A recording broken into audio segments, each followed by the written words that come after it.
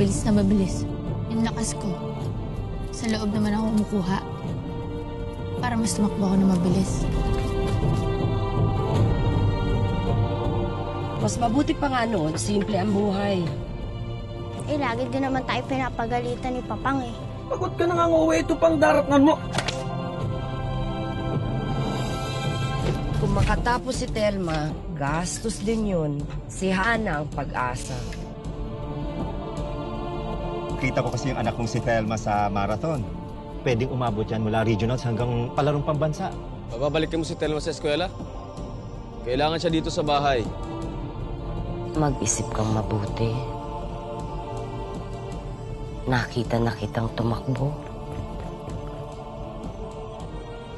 Kung makakasama ka sa team, baka maabot mo ang hindi ko naabot noon.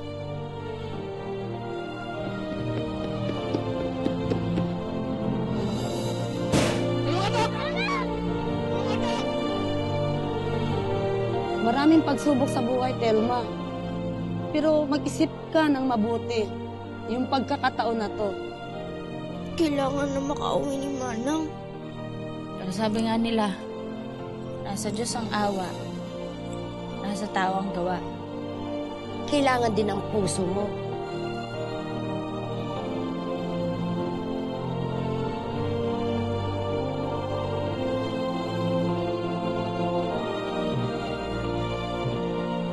Huwag kang susuko. Hindi ako titigil, Ate.